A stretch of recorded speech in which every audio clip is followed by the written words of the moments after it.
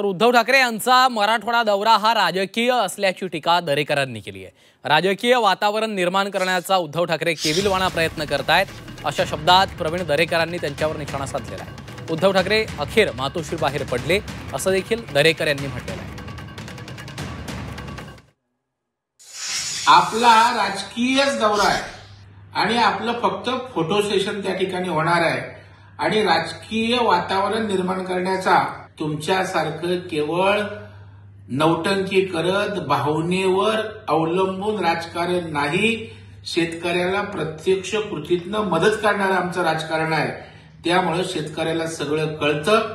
पण एक बरं आहे उद्धवजी की आपण निदान मातोश्रीतनं बाहेर पडून शेतकऱ्याच्या बांधावर गेलात, हेही नसे थोडके